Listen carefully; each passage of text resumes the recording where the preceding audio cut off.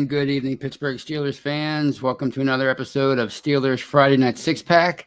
I'm your host, as always, Tony Defio, and I thank you for joining me on this, if you're watching live, this bitterly cold Friday night in Pittsburgh, Pennsylvania. At least that's where I am. And as I always say, where you are, I hope it's nice and tropical and warm and even humid. I'll take humid. I don't like winter anymore. Now that I'm getting today I turned 48, 9 months old. You know, I'm still young enough to count my months, but I'm almost 52. So I'm not 52, 50 also. Wow, I don't want to be 52 yet. And the older I get, the more I hate the winter. And I'm dreaming of sandy beaches and sunshine, or at least a nice walk on Pittsburgh's North Shore by Heinz Field and PNC Park this summer. So thank you for joining me. Before I continue, I just want to, as always, encourage you to please check out all of our live podcasts like this one. You can catch us on YouTube. Please check out our YouTube channel and please like this show. Please press like and please subscribe. I think we're still short of 8,000 subscribers, but we're getting there, and we've done a tremendous job in growing over the past year or so. But we're also on Facebook too, and you can check us out there. All of our live shows like this one. There is the Cap Room. There's the Touchdown Under Show. There's a Steelers Preview.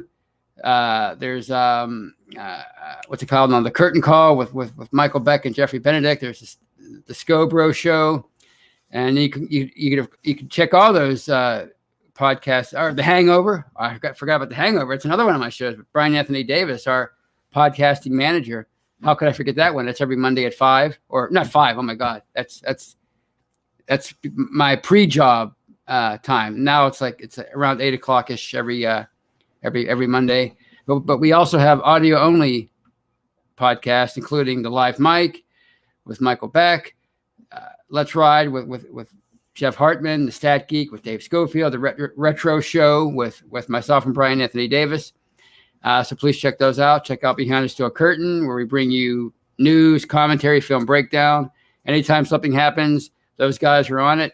We're always bringing you lots of content each and every day, even during the off season. Even when we're still a month away from free agency, and we're a month removed from the Steelers' playoff loss to the Browns, we're always bringing you news. So please check that out.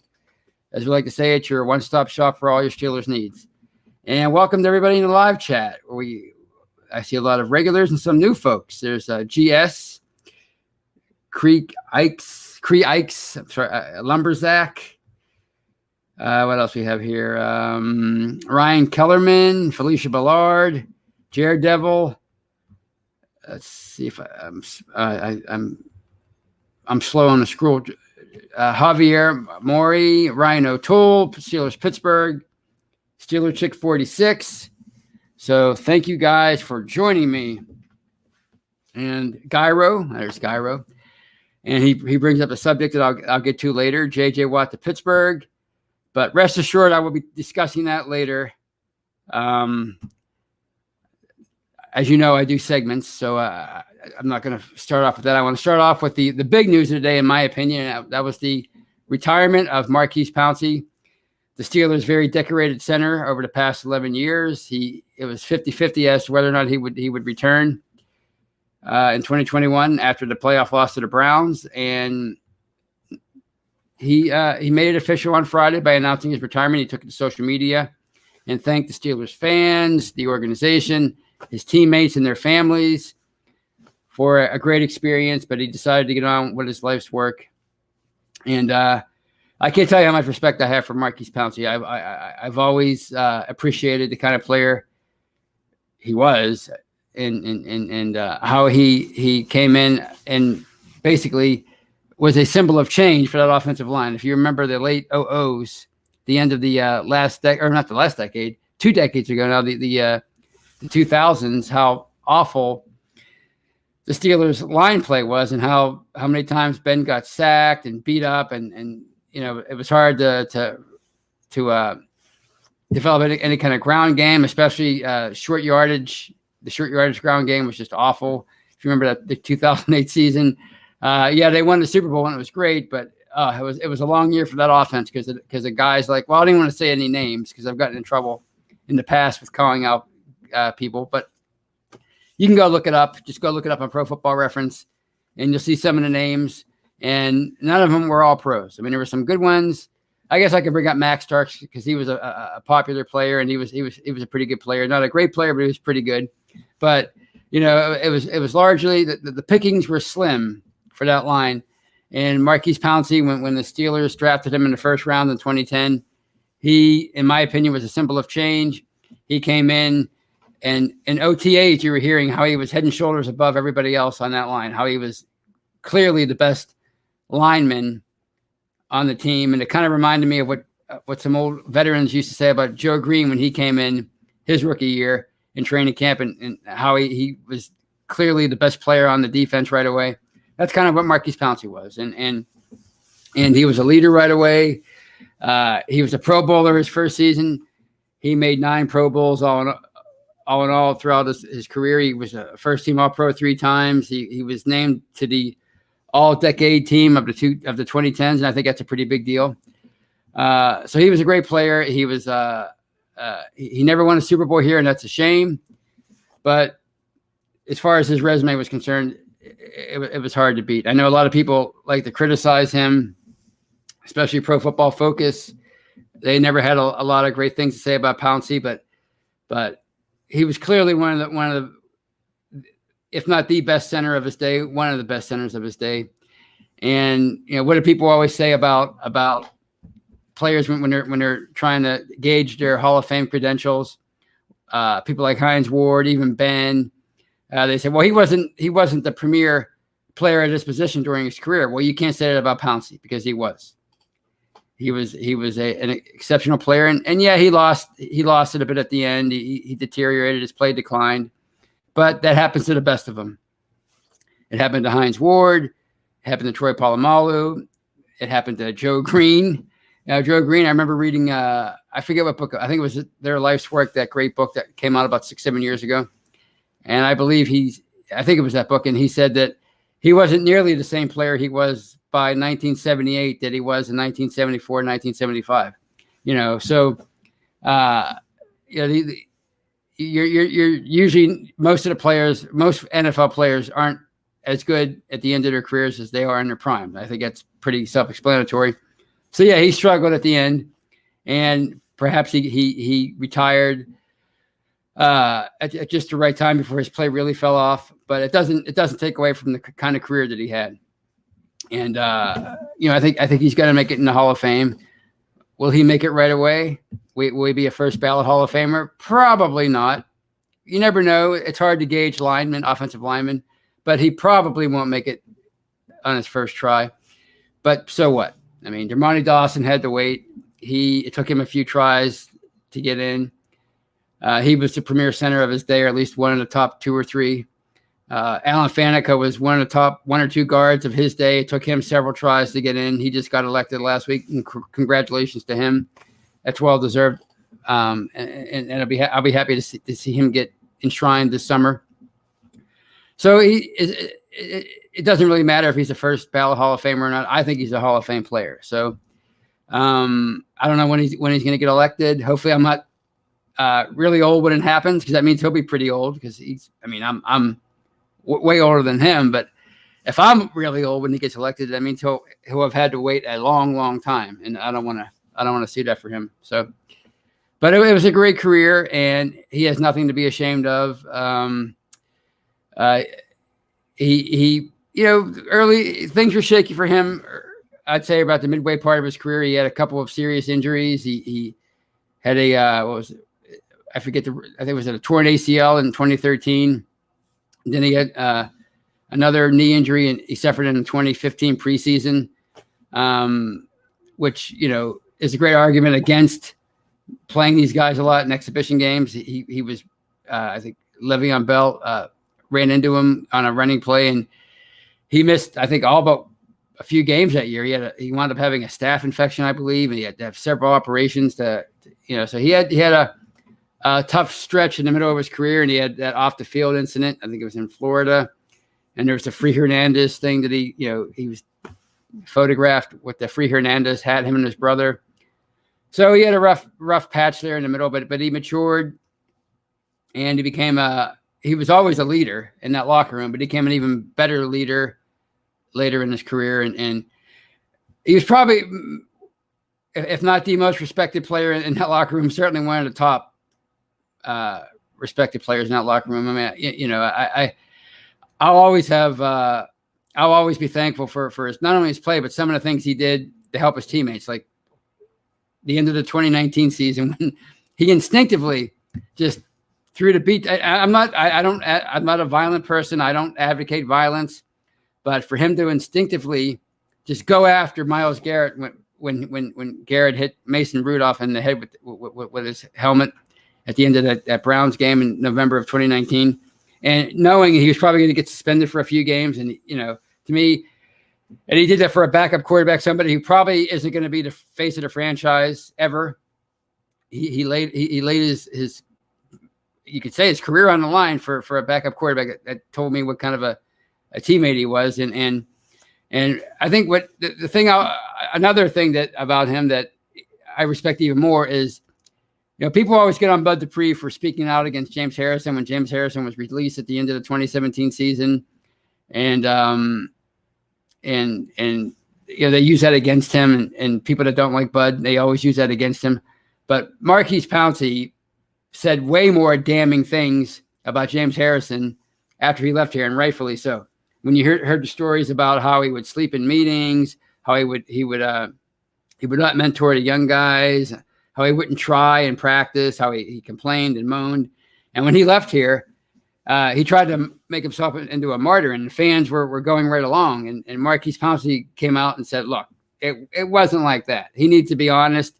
He didn't want to be here. He wasn't a great teammate when he was here. Meaning that last time that the Steelers signed him, and I think he really stuck up for the organization, because the organization was taking it on the chin as far as the public opinion was concerned when they released a fan favorite like James Harrison on the eve of the playoffs. How can you do that? How can you treat a Super Bowl hero like that, a former Defensive Player of the Year? Do they even want to win?" And Maurkice Pouncey came out and just laid it all on the line and said, "Look, this is how it went down. I'm just telling you the truth." And there are a lot of reporters who, when they talk about Pouncey, they say the guy never BS'd. He told it like it was, and they all respected him for it. So to me, in addition to his play, that was probably my favorite Maurkice Pouncey moment, when he came out and said, "Look," and nothing against James Harrison. A lot of players at the end of their careers, they have some, they have a hard time accepting that they've lost it.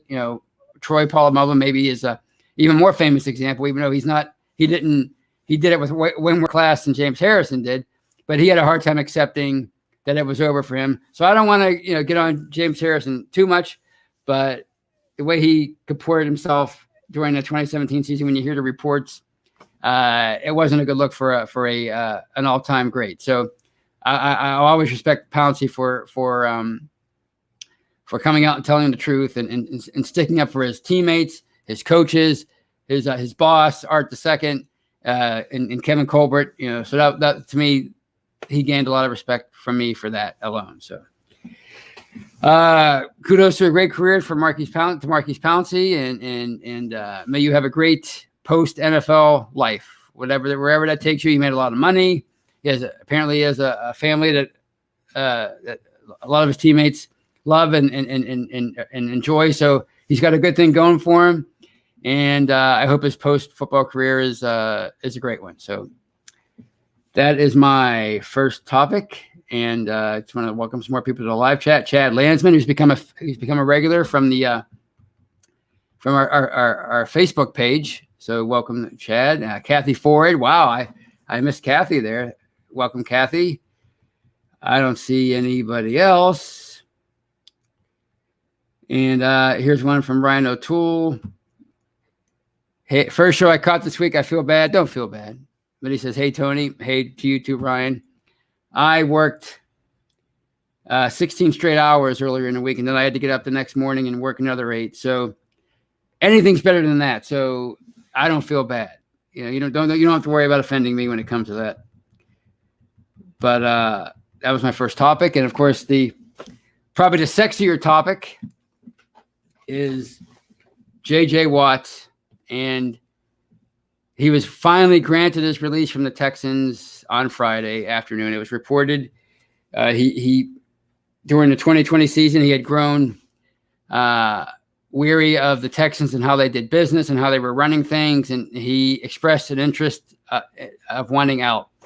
And we're talking about the greatest player in the history of the organization, meaning the Texans. So for him to say that was a pretty big deal. And the Texans granted his wish, and they released him on Friday.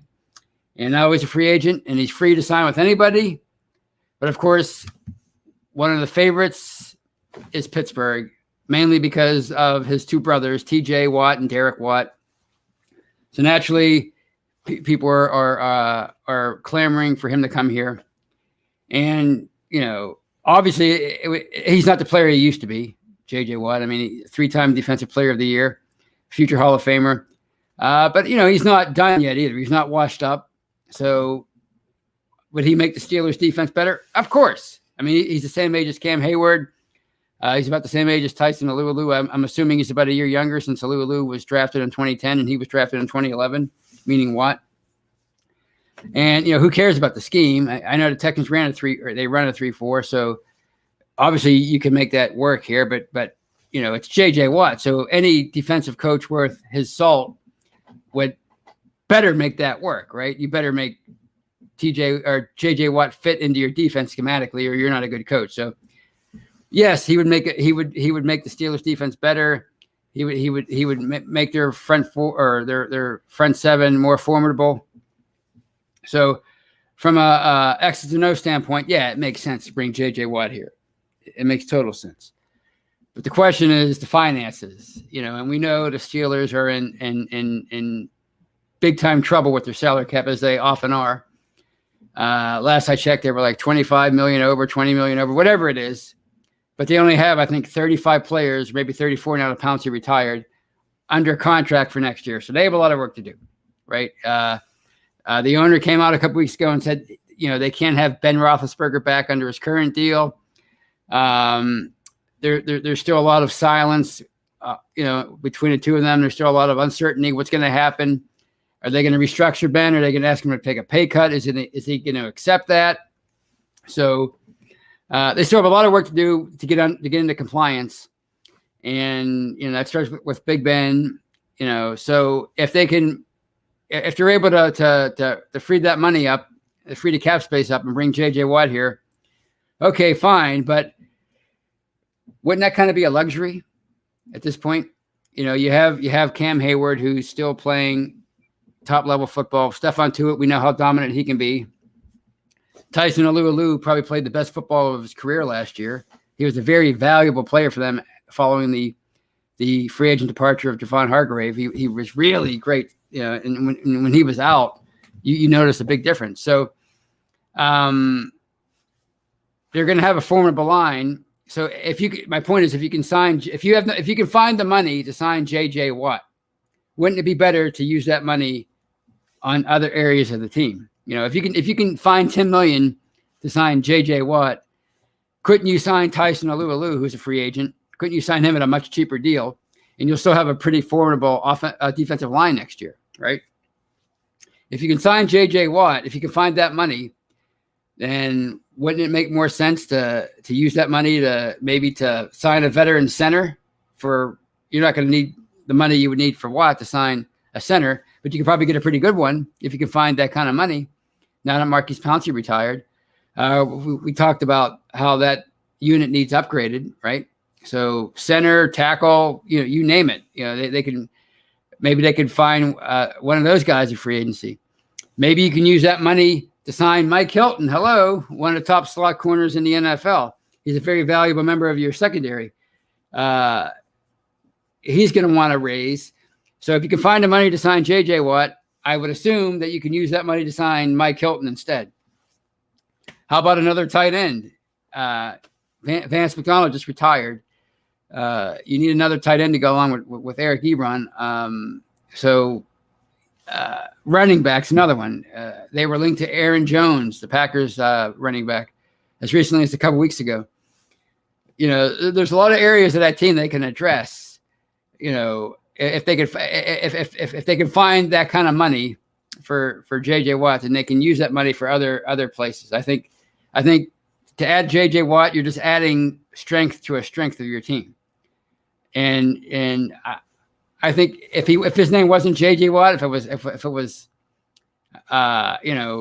Joe Smith, even if he was still as great as he is, if he wasn't a Watt brother, if he wasn't related to TJ and Derek, mainly TJ, I don't think there'd be that much of a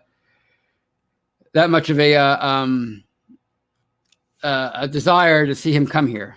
Again, I'm not saying it wouldn't be a great football move. It would be a great football move. I'm not trying to say that. But is it a needed football move? Would you be making a move in sacrificing other areas of your team? If you can open, it's like if you open a new credit card because you need to buy tires for your car, but instead you go and buy a flat screen TV, even though you already have a flat screen TV. To me, that's it would be kind of a little irresponsible, in my opinion. Especially when you're already, when it's going to take a lot of work to get under the cap. So I think to repeat myself, if you can find that kind of room to sign JJ Watt, then you don't sign JJ Watt. You use that money for something else. So I know it's probably not a popular opinion. And hey, I think it'd be a great story if JJ Watt came here. I'm a fan, right? I'm a writer. It'd be fantastic if JJ Watt was here. He would probably instantly be the biggest sports celebrity in town if he came here. Seriously, maybe even bigger than Sidney Crosby. That's how much of an ambassador to the NFL he is. He's a celebrity. As far as charisma, TJ Watt's more like James Harrison or Greg Lloyd. And JJ's more like what? Brett Kiesel, as far as just a charismatic figure, somebody that would really connect with the public. He'd be like Jerome Bettis. Obviously he's great in the community. He'd be a great teammate, a great leader. So from a football standpoint, it'd be great. And from a fan standpoint, it'd be tremendous. You could get so much traction out of that as a writer, as a fan. But just when you're talking about just the big picture, do you really need a JJ Watt when you have so many other needs? So that's that topic. And I see we're about 23 minutes in, so I'm going to use this time to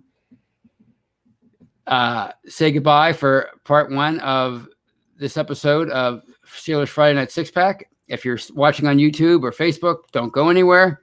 If you're listening on one of our audio platforms, please download part two of this episode of Steelers Friday Night Six Pack, and I will be right back in 2 and 2. And welcome back. Welcome back to this episode of Steelers Friday Night Six Pack. I'm Tony Defio, your host, and I covered quite a bit of ground in the first half, and I'm going to use the second half to talk a little bit about the Super Bowl and take some questions. So what a Super Bowl that wasn't, right? Between the Buccaneers and the Chiefs. Well, I almost forgot who the Buccaneers played. It was pretty boring. It was one of the rare blowouts. You don't really see blowouts anymore in the Super Bowl. They're usually all pretty close games. It kind of reminded me of the Super Bowls I watched when I was a kid. It seemed like all the ones in the 80s were pretty awful. They were just, it was one blowout after another. So I guess in that regard, it was kind of refreshing to see a blowout. And even though Tom Brady won MVP, the real story of that Super Bowl was the Buccaneers defense, its pass rush, and the way it made life a living heck for Patrick Mahomes. The guy was running for his life the whole day, and if you really want to draw a parallel, maybe some symbolism from the past, it was kind of interesting how that game unfolded. A lot like Super Bowl was at 18 between the Raiders, kind of like a Buccaneer, right? And they were playing the Washington team, kind of like the Chiefs, and Washington was going for its second Super Bowl title in a row, and the Raiders just beat the bejesus out of Joe Theismann and held John Riggins in check. And it was practically the same score. It was 38-9. This game was 31-9. And it was in the same city, Tampa Bay. I forget what the stadium was called back then, their old stadium, but it was kind of eerily similar how it all unfolded. And Patrick Mahomes, for the first time in his career, really was humbled. He had lost to Tom Brady before in the AFC Championship game a couple years earlier, but that was a barn burner, and it ended in overtime. But this was probably the first time in his career that he was really humbled by an opposing defense. I mean, you go into a Super Bowl and don't score any a high-powered offense like that, only scoring 3 field goals, no touchdowns. That was kind of amazing. So Devin White, Levante David, I mean, they were really the stars of that game, and it was a tremendous performance by them. And you got to hand it to Brady. He knew what he was doing. It might not have seemed like it at the time when he signed with the Bucs in the spring, but he knows a good team when he sees one, apparently. And we talked about how good of an offense that they had, and he got Gronk to come along, and eventually Antonio Brown signed with them. But it was an overall great team, and they got hot at just the right time. They were 7-5. They were struggling. They had their bye, and they never lost another game after that. So you got to hand it to Brady for picking the right team. And as far as Antonio Brown's concerned, winning a Super Bowl, he did that, and we're all still here. Life didn't end, right? I mean, it was if it would have happened 2 years ago, after he left here in an ugly way, the ugliest way possible, then maybe it would have been harder to swallow. But here we are. He caught a touchdown. He won a Super Bowl as a bit player, basically, and all is still okay with the world. How could it be any worse, right? Maybe Le'Veon Bell wins one next year. I don't know, or maybe Ben leaves and wins one with another team. God forbid. So it wasn't an exciting Super Bowl, but it was an interesting result, I thought. Bruce Arians got his first ring. Brady got his 7th ring. The city of Tampa won yet another title. They're in all that, Champa Bay or whatever they call it, Champa Bay. The Lightning won the Stanley Cup. The Rays were in the World Series, and now the Bucs won the Super Bowl. So great for them. They're having a good time in Tampa, I'm sure. There's a lot of transplants in the state of Florida, so I don't know how many diehards sports fans there are in general, but as far as all the bandwagon fans, I'm sure they're really enjoying it, and I wish I was down there with them, even if I wasn't cheering for the Bucs. I just want to be in Florida and away from all this cold weather. So congratulations to Tampa Bay, and we'll see if Brady could do it again at the age of 44. Wouldn't that be something? So those are pretty much all the topics I have for tonight, but I have one more thing I wanted to touch on before I open things up to questions, and that's Marty Schottenheimer passed away this week, and he's a Western PA native. He was born in Canonsburg. He played for a couple teams in the AFL back in the 60s. He was a nondescript player, a linebacker, but he didn't have the kind of career where he could set himself up for life. Not that many players back then could. And then he struggled after his playing days to find a coaching gig. And if you ever watch A Football Life about Marty Schottenheimer, he talked about how his family was close to going under financially. He didn't have a job. His wife was working. They had kids, and or they were about to have kids, and it was tough. And he was almost at rock bottom. They were writing all these NFL teams asking for a break, college teams asking for a coaching break, and he couldn't really get his foot in the door. But a head coach for the Giants, I forget the guy's name. He called him one day and asked him to coach one of I think it was linebackers for the Giants in the early 70s, and that's where it all began for him. And he got emotional. Marty Schottenheimer was like he was like Dick Vermeil and Jim Leland. He was always emotional, always crying, and he got emotional when he talked about how this break that he got with the Giants was it changed his life, and he ascended up the coaching ranks, and he became a head coach of the Browns in the mid '80s, and he became one of the top coaches in the NFL for a number of years, and a lot of people look at him as a tragic figure because he never made it to the Super Bowl. He had a lot of great teams in the regular season, the Browns, and then he went to play coach the Chiefs. He had a lot of great teams there, and they never made it. The Washington, although he didn't really coach there that long, but then he coached the Chargers, and he had the best record in the NFL. His last year, he coached them, and he fell short again. So, and people look at him as a tragic figure, even though he won over 200 games in his career. I get that sentiment because, I've heard players say, whenever they have the Super Bowl at Radio Row, I heard Mike Golick, of Mike and Mike, the old Mike and Mike show. I remember him one time saying, that was a guy who never played in the Super Bowl, and he said players like him, they would go down to the Super Bowl and enjoy that week and do the radio tour and promote themselves and promote whatever they were involved with at the time. But before the game started, like a day or so before the game started, they would leave because it was very painful for them to be around that game, being that they never got to participate in it. And that was Marty Schottenheimer. So I could see why people would look at him as a tragic figure. But hey, the guy got to live his dream, and he got to do it at the top of at the very top of his profession. And life is really more about the journey than it is about the destination. A lot of people, especially nowadays with social media, they're so worried about the destination. What have you accomplished? But sometimes the journey is what you remember more. And he built a great life for himself and his family. And hey, wasn't for Marty Schottenheimer, we may have never gotten Bill Cowher. Bill Cowher was Cowher's coaching mentor. He coached under him in Cleveland and then in Kansas City before coming here in 1992. And it was funny. Cowher kind of had that same career as Marty for a number of years. He would always make it to a certain point, but he would always come up short. That is until Big Ben came along, and that kind of changed his life.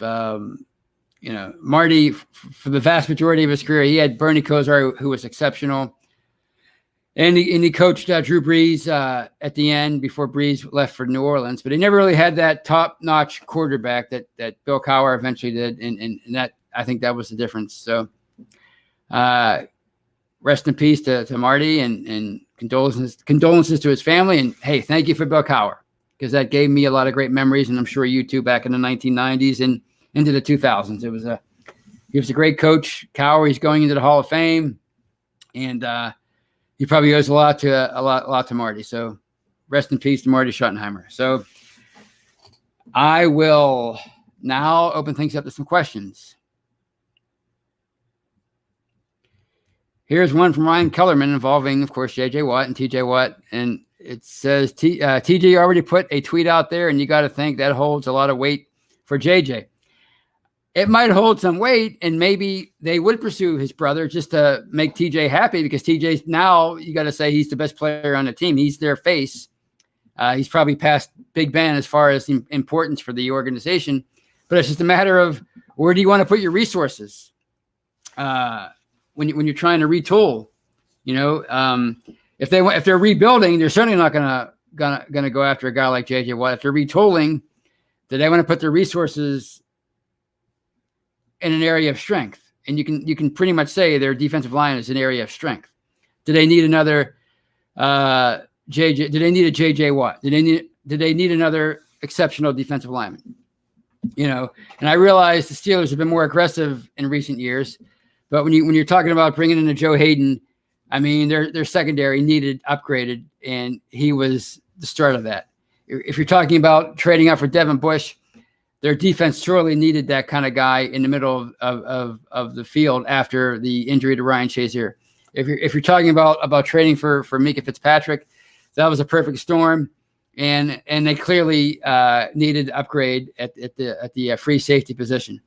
Do they need that with J.J. Watt? Do they need to do that on the defensive front? And I don't. In my opinion, there's other areas they could address before they worry about J.J. Watt. But hey, I get it. It would be a great story if he came here. It would be fantastic. From a PR standpoint, it would be, I think as Steeler fans, we're all looking for a win, right? We're looking for some kind of a win after the way that season ended, right? That's why we were so disappointed that TJ didn't win the Defensive Player of the Year award. We're looking for something to grab onto and to give us some joy, right? So I get it, but it's just, I don't know if it makes sense from a financial standpoint for them, but we'll see what happens. We'll see. As Dave Schofield pointed out today and on our Slack app, he doesn't have to wait till free agency starts to sign with the team, meaning JJ Watt. They can sign him. They could have signed him today if they wanted to, so it's just a matter of where he winds up. And I got a few emails today. I get these emails, I don't know why, from these odds makers. And I guess I do know why, because of my association with Behind the Steel Curtain. But according to the odds makers, the Steelers are one of the front runners to land JJ. So we'll see what happens. Here's one from Chad Landsman. I am not looking for another meaningless statistical.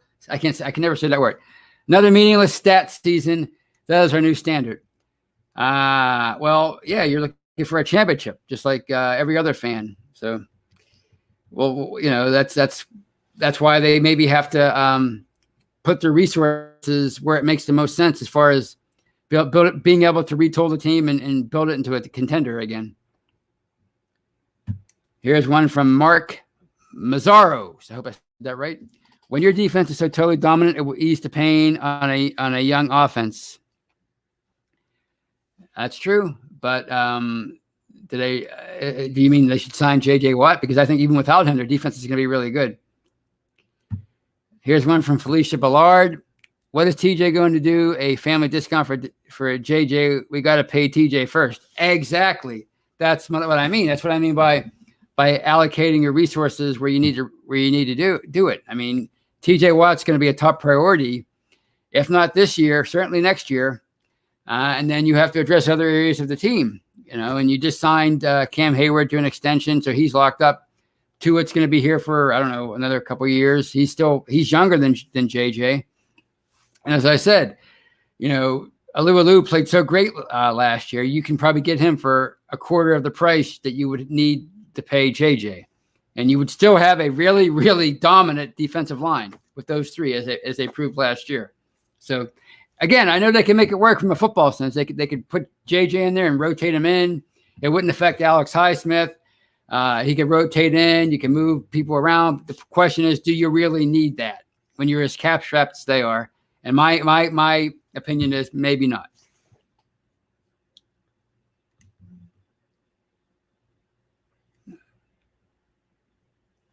Here's one from Nick Gill. I missed it. I was too slow. Fournette or Jones? I'll go back to Chad. I'll get Nick in a second. Fournette or Jones would be a good way to use cap money. Do you agree with if Price was right? Yeah. I mean, you could probably find a decent running back in early in the draft in the second or third round, but if you can get one of those guys in here. It wouldn't be a bad move, but I think their top priority, I think, in my opinion, and a lot of people's opinion, is to fix that offensive line. And now that you're going to be without Pouncey, maybe it starts with center. So here's one from Javier Mori regarding Ben and Pouncey's retirement.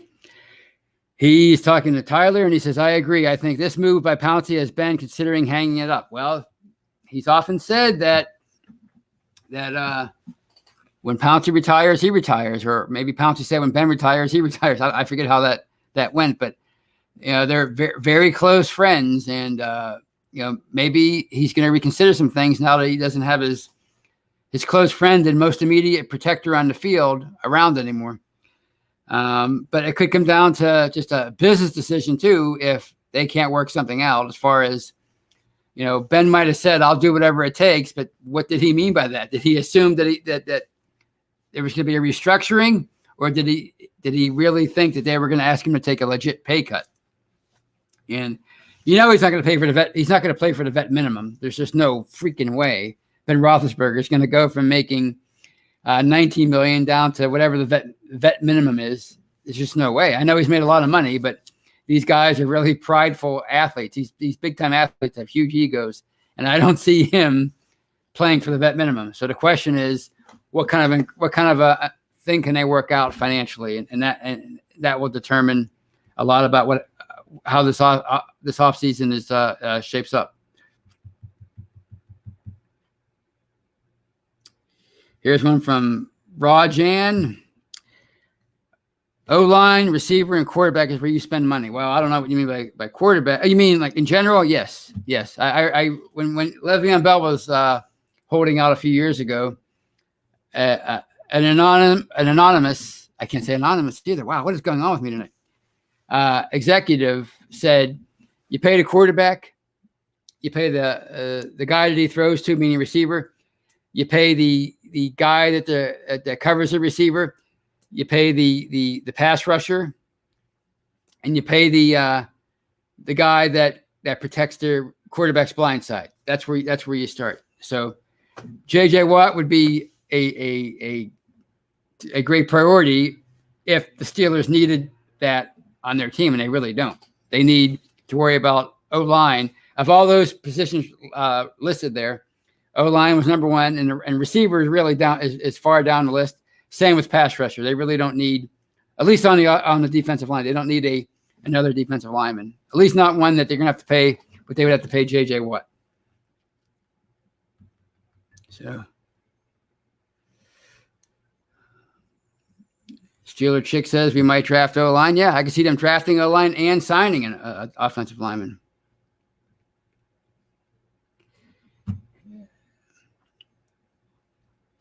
Here's what else we have here. I think I missed one. Here's another one from Javier. Unlike some great quarterbacks in the past, I don't think Ben would even consider playing for another team. I'd be kind of shocked if he ever did. Yeah, well, I mean, he's got a growing family, and he's got 3 very young kids. So the question is, does he want to uproot them at this point and play elsewhere? And I agree. I don't see him wanting to play elsewhere. I think he's probably at this point of his life, he's probably more of a homebody than he was before he got married. And he seems to really enjoy spending time with his family and his kids. So, yeah, I think if push came to shove, he would just hang him up. I mean, he's accomplished so much more than the vast majority of quarterbacks ever have. He's been to 3 Super Bowls. He's won 2 of them. He's at the top of the in so many categories. He threw 6 touchdown passes in 2 straight games. He's thrown for 500 yards how many times? The guy's an all-time great, and people, he's never gotten the credit he deserves during his career, but there's no questioning there's no mistaking his greatness. So anything he accomplishes at this point would just be gravy. So it's just a matter of, it'd be nice if he got a 3rd ring here and help Pittsburgh get a 7th. But if it doesn't materialize, he has nothing to be ashamed of. So if he decides to walk away tomorrow, more power to him.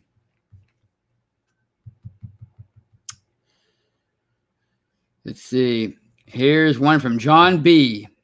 What do you think we should do in the first round? As hair as possible? To be honest with you, I haven't really paid a whole lot of attention to the draft just yet. And Harris is, I assume, a running back. I've seen the name. I usually don't pay attention to the draft. I'm not going to lie, until like mid to late March, because there's so much coverage of it, and I'm kind of burned out on football at the end of the year. But if you're asking me what I would address first, I would say offensive line. I think that's where that's the position that's really deteriorated, the quickest. I mean, it wasn't that long ago that it was the maybe the best in the league, and now it's they've all gotten old. I mean, there are some young prospects there. There's some hope. Starting with Kevin Dotson, the fourth round pick, the guard from last year, and I like Zach Banner. I like Shooks, but there's definitely room there for some improvement, for some retooling, for some rebuilding. And we still don't know about the Castro. Was last year just an injury-riddled year?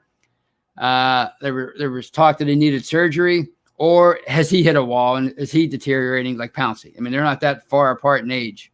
People forget that the Castro was drafted in 2012. So, sometimes when these guys hit a wall, it comes out of nowhere. So, that's where I would go first. I would go O-line, possibly tight end. I think, there's Eric Ebron. He was probably a better addition last year than people want to give him credit for because of all the drops. But I mean, he was the kind of weapon that they had been lacking at that position. But I think they still need to upgrade and get another tight end in there. So I'd go tight end, running back. I think you're set at receiver, linebacker, maybe another inside linebacker to go along with Devin Bush. Maybe not in the first round, but second or third. Although, Robert Spillane, like I talked about in the past, he showed a lot of potential last year filling in for Bush. So there's a lot of possibilities, and we're still 2.5 months away. And once all these players, I don't think there's going to be a traditional combo right this year. So, but there's the pro days and there's so many things to evaluate with these guys between now and the end of April, and things change almost on a daily basis, especially after free agency. I think that's when these mock drafts really start to get become more accurate. When you see what players do in free agency, who leaves, who signs, and what areas need to be addressed, then I think it'll be easier to gauge. And they're going to be drafting 24th. So if you when you're drafting at the top of the draft, it's a lot easier to evaluate and predict. But when they're at the end of the first round, you just never know. I mean, I don't see them being aggressive in trading up again, unless there's somebody that they really, really love. I don't see them trading out of the first round. Every year somebody says that, but it never happens. And I don't see the need for it. So it's still early, but if I had to pick my top area of need for them, it would be offensive line. So on that note, it is 9:47 where I'm at. So I think I'm going to bid you all adieu. I got to be at work tomorrow at 7. I'm still recovering from my 16-hour shift. So that should be interesting. It was a pleasure talking with you all, and I hope you have a great weekend. And as always, go Steelers. Have a great night, everybody.